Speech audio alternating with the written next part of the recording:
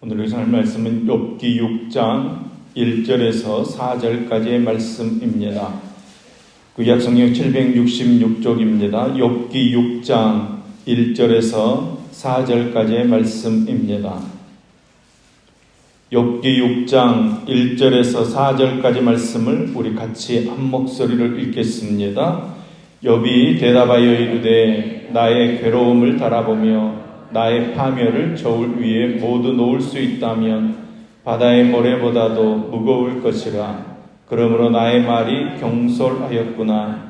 전능자의 화살이 내게 박힘에 나의 영이 그 독을 마셨나니 하나님의 두려움이 나를 엄습하여 치는구나. 아멘, 아멘. 오늘은 욥기 3장에서 7장까지의 말씀을 통해 하나님께서 주시는 은혜를 함께 나누겠습니다.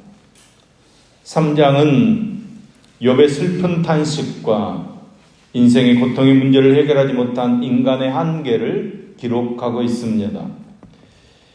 욥은 하나님을 아는 지식이 있었고 하나님의 섭리와 다스리심을 믿었기 때문에 사단의 시험을 이길 수 있었습니다. 그러나 모든 재산과 가족들 잃어버리고 아내마저 떠나버렸다면 세상 사람들이 욥을 어떻게 대했을지 불을 보듯 뻔한 것입니다. 예전에 존경하던 사람들도 더 이상 욥을 좋게 보지 않았을 것입니다. 욥에게 도움을 받았던 사람들도 욥의 이런 모습을 보면서 아예 모른 척 했을 수도 있습니다. 욥을 위로하러 왔던 친구들도 욥의 모습을 보고 위로하기보다는 죄인 보듯 하고 있는 것입니다. 그래서 오늘 3장에 욥의 한탄이 나오게 되는 것입니다. 어떻게 보면 이것은 욥의 한탄이기도 하지만 모든 인간의 한계를 말하고 있는 것입니다.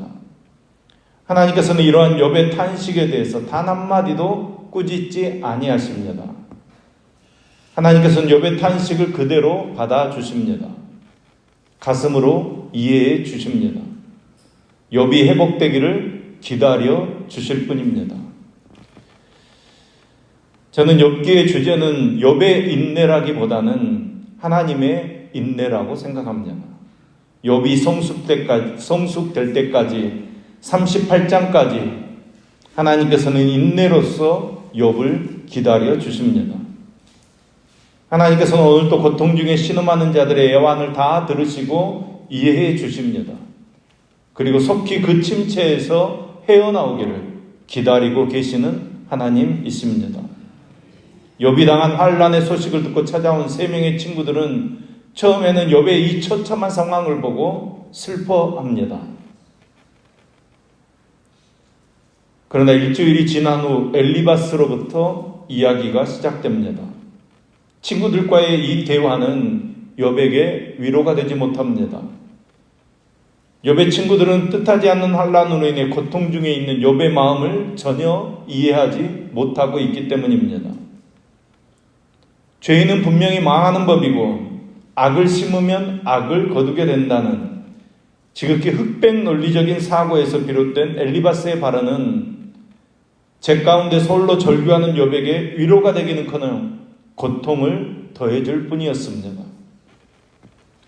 사장은 욥의 친구들은 욥이 왜 이런 환난을 당하게 되었는가 그 이유를 논쟁하기 시작합니다. 5장 27절 말씀을 보면 그들이 함께 연구한 결과 이렇게 기록하고 있는 것을 보면 욥의 친구들이 그렇게 하나님 경외하고 정직하고 악에서 떠난 사람이 왜 이렇게 고통을 당하게 되었는가 서로 그것을 연구했던 것 같습니다.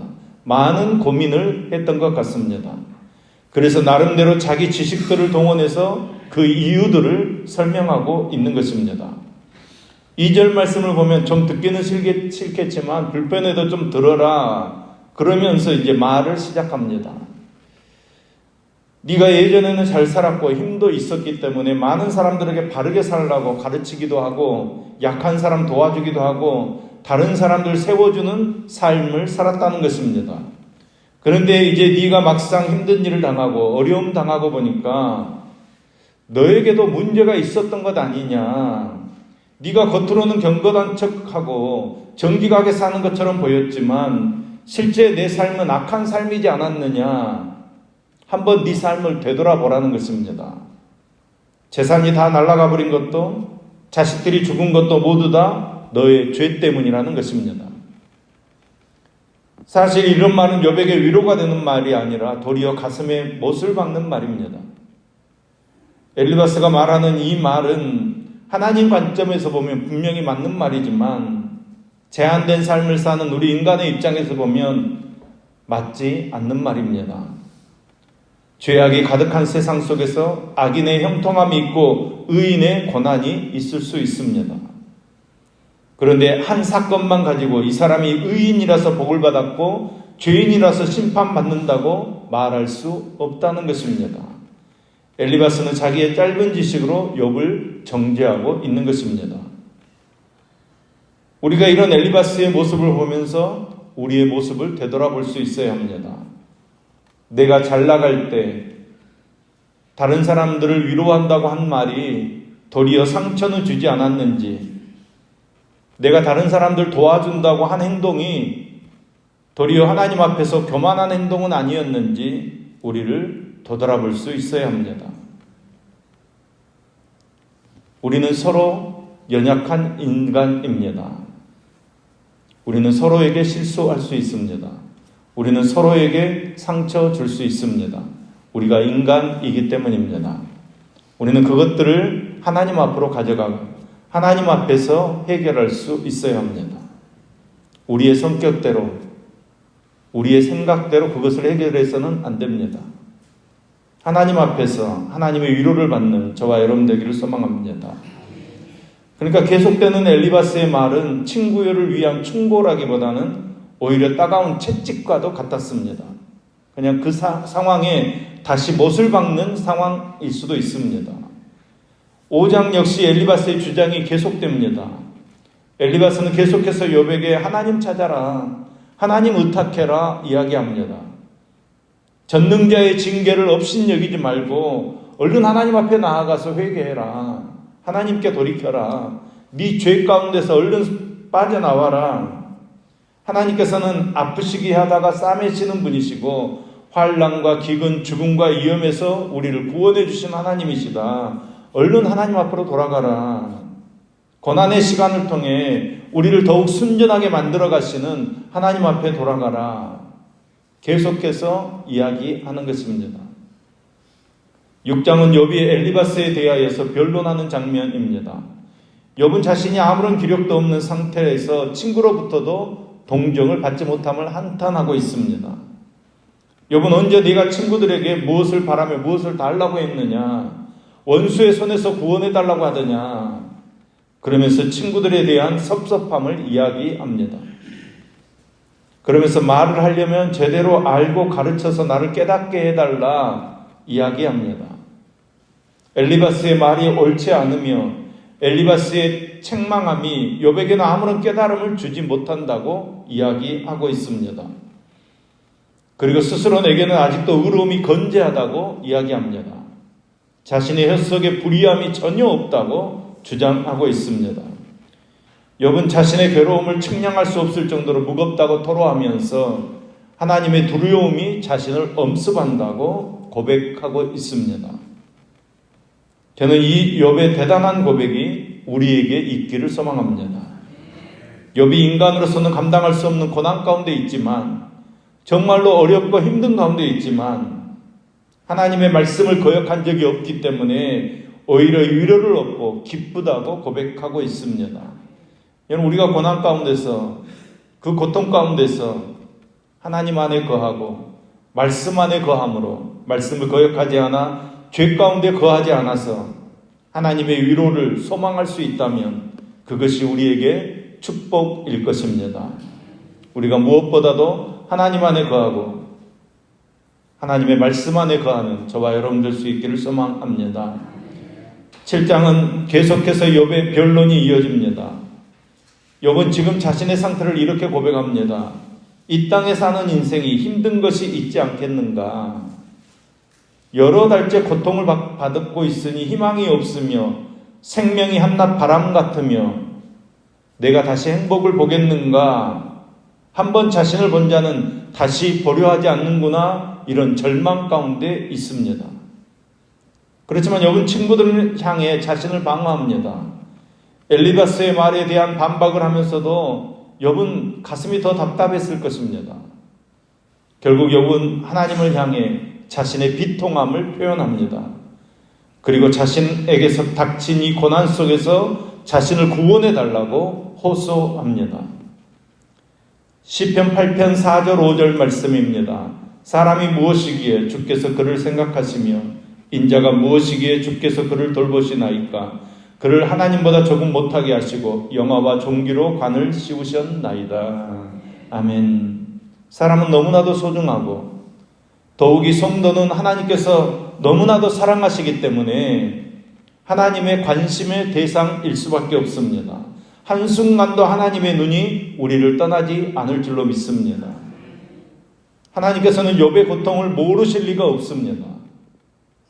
욥의 몸을 괴롭히는 그 구더기 한 마리까지도 애타게 보고 계셨을 것입니다.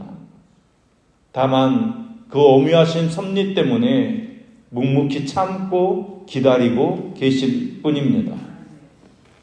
이 사실을 깨닫고 오늘날 우리 성도들 역시 욥과 같은 이 극한 상황에 처한다고 할지라도 하나님께서 그곳에 함께 하시고 기다리고 계시고 우리를 위해 여러 가지 일들을 준비하고 계신다는 사실을 잊지 마시고 오직 하나님께 부르짖고 매달림으로 하나님 안에서 모든 문제를 해결하는 저와 여러분 될 수 있기를 예수님의 이름으로 축복합니다. 기도하겠습니다. 하나님, 우리가 무엇이기에 우리를 사랑하시고 돌보시고 우리를 지켜주십니까? 우리는 늘 하나님 피에 달아나려고 하고 고통 가운데서 원망하고 불평을 일삼으며 하나님의 손을 놓고 세상을 향해 달려가려고 하는 어리석은 죄인들인데 그런 우리들을 위해 예수님 보내주시고 생명을 다해 우리를 구원하여 주시니 감사를 드립니다.